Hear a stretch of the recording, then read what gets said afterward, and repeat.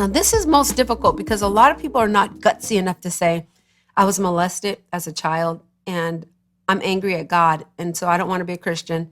I don't want to trust God. I have a lot of unforgiveness towards God because he let my parents be on crack. He let my parents abandon me. He let my uncle rape me. He let my family members be killed in gunfire, or he let a car accident or he let a sickness come upon our family. And so it's difficult to say that you are angry with God and that you are resentful and that you have unforgiveness, but it shows up. It shows up, and then you're able to put God in that same prison. And the minute someone else, if you can hold God hostage to unforgiveness, you can hold anyone a hostage to unforgiveness. So it's important that you check with your families, that you check with yourself, and that you check with your congregation. Are you angry with God? And it's going to take, really a safe place for people to admit that, because we want to say, no, I'm not angry with God. He does all things well. But it takes really delving into the unconscious and really into the emotions and letting people understand that it's safe to say I'm disappointed. It's safe to say that I protest. I thought God should have protected me. I thought God should have brought my absent parent home. I thought God should have healed my loved one. You get to say that, because all of that unforgiveness, if it's not cleaned out, it will continue to spread throughout every relationship. It begins with the individual, then it goes into relationships, and then it goes into the community. So you are just accumulating people in your cell of unforgiveness. And you can't live your life if you're managing the cell of unforgiveness and making sure the door's locked and passing by and making sure everyone's still where you left them, because you can't move away from the jail cell because you're guarding those that you have in the jail cell of unforgiveness. So your life is uneventful, and you're always on the lookout to arrest somebody else and put them in the jail of unforgiveness. So it's really important that we pay attention to that. So the elements of unforgiveness, these are some of the elements, that when there's unforgiveness, there's shame, there's guilt, there is a feeling of retribution, like you want to pay. You want to pay people back. You want to get vengeance. They're angry at the world, and they're right fighters, and they're usually the people who are willing to participate in riots or uproars or causes, because they're just so angry, and it's obvious that they have a lot of anger in them. And so the paradigm of a person who is dealing with unforgiveness is shifted in negativity. It's just the way they think about things. Don't let them off the hook. If I were you, I wouldn't forgive that. No, you need to go speak up for yourself. Everything is a critical event, and they are always looking to settle the score. And they are the people who say, if I don't get them in the wash, I'll get them in the rinse. And they are very aggressive, and they don't let small offenses go. You'll see them arguing in restaurants, and with any perceived injustice, there seems to be an overreacting because there's so much unforgiveness.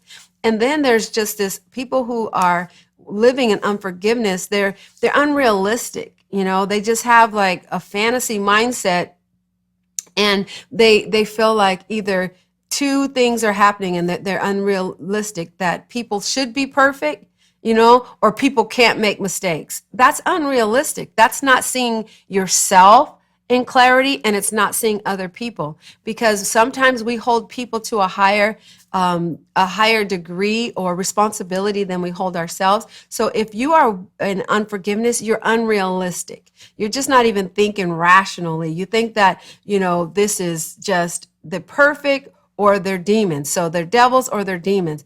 And so that's unrealistic. So the boundaries are unrealistic with people who have unforgiveness. They're either too rigid, like they're like, no, nobody's going to do this, or you can't, use this, or you can't come to my house, or, they're just so protective.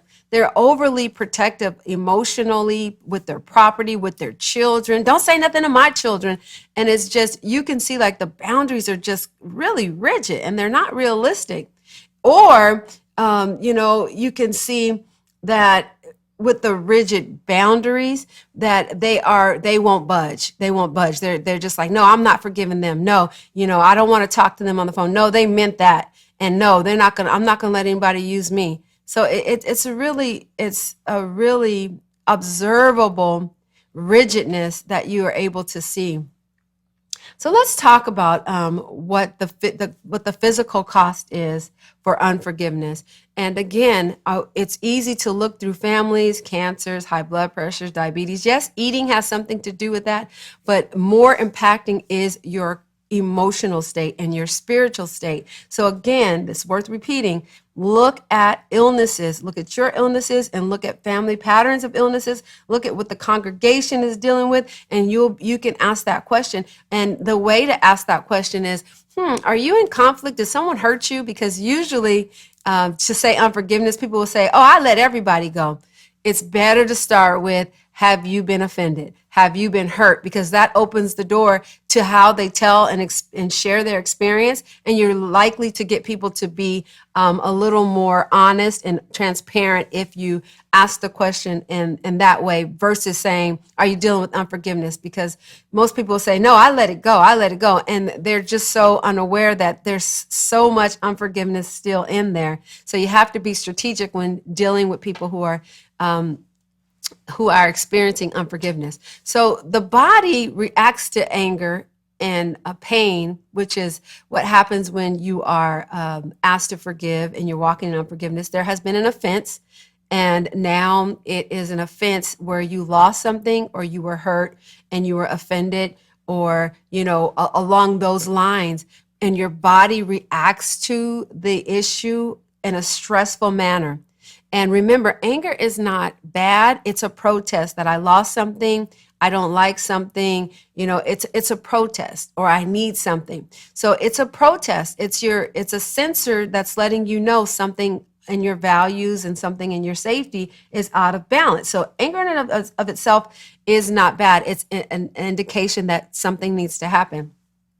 But when that anger stays for a long time, it can create a flashing light, red light, like an ambulance sound being triggered for years and days. And so it begins to be stressful unto your body, and it triggers your amygdala, the part of your brain where the limbic system is and where the emotions are. And then your sympathetic nervous system is alerted and with the fight or flight, and you're ready to go. Like you're in a state of I have to protect myself, or I have to fight a bear. And so if you're in this position, like I have to fight a bear, and at all times, your body can't sustain that. So think about that, days and nights and years of being in a position to fight a bear. It wears on your body. And during that stress stage, it releases 3 chemicals: cortisol, norepinephrine, and epinephrine. And so epinephrine raises your heart rate, which is not good for your heart, to have an accelerated heart rate. So your poor little heart is working overtime when you're in consistent stress of unforgiveness and offense. And then with the norepinephrine, the adrenaline, it constricts your blood vessels. So not only is your heart working fast, but now your blood vessels are constricted, and it's hard for the blood to get in there, to get throughout the body and to provide oxygen and to help you to be a healthy person. And then the cortisol, it causes inflammation throughout the body. And we know that inflammation has to do with pain and disease. So your body is off course. Your body becomes off course. And that's something that we need to remember, and to let people know that you're not getting away with this unforgiveness, because it is impacting your body significantly. We know that joint pain, people are saying my knees, my back, and we get to investigate, like, okay, if you didn't do anything, if you didn't run cross country and leap walls and, swim all day, and you're basically a person who's inactive, what is causing this? And that can help you get to the root of it. And that's what medical doctors do, and they have been able to do with cancer patients, like I stated earlier, is getting to the social and emotional root of pain.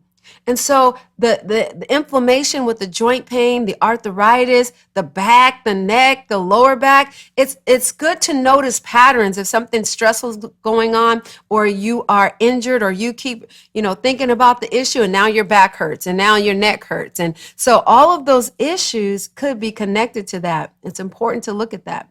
There's weight gain because of the cortisol.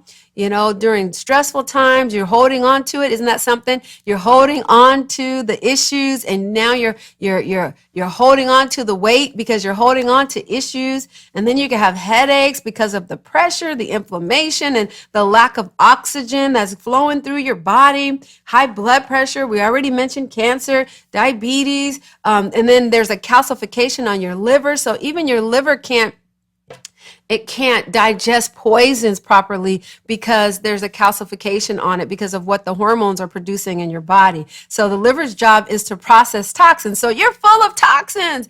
Unforgiveness is toxic, and we call people toxic, but we hold on to people and events. And so now our bodies become a representative of what's going on in our relationships. It's toxic. You have skin issues, and then brain damages. It changes your brain. It just creates cell damage, brain damage, all of those things, because we were made to live in love.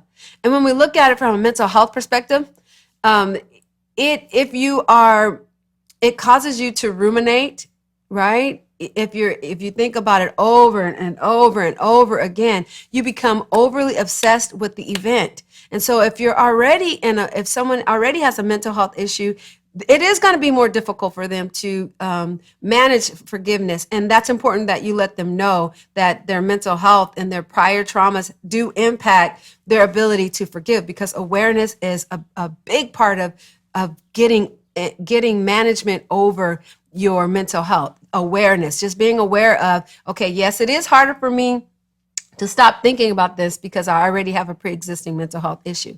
So rumination means you're overly obsessed with the issue, and you just play it back, kind of like a television station that you just keep turning to that station, keep turning to that station. Every time you think about it, you're watching the segment. You're watching the segment. Now, the danger of that is that you are focusing on the negativity.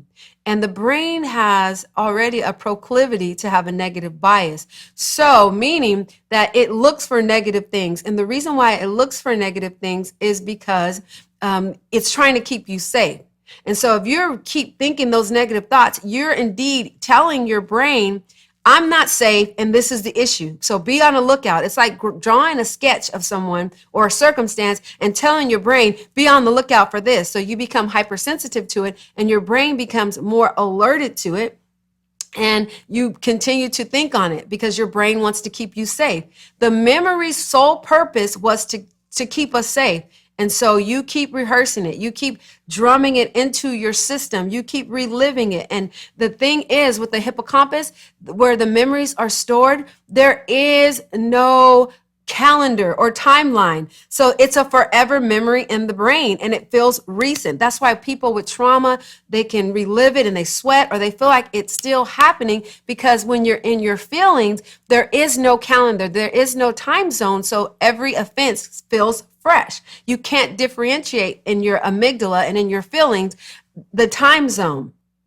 Time zones have everything to do with your prefrontal cortex, which is your rationale, your school, your university. All of your knowledge happens in your prefrontal cortex. So in your amygdala, you're in the trauma, and your hippocampus and the limbic system, you're just reliving it and feeling it, but you're unable to differentiate between the here and now and the then. So you're re-injured, you can smell it, you can feel it. It's just hard to to get away from it when that rumination is happening.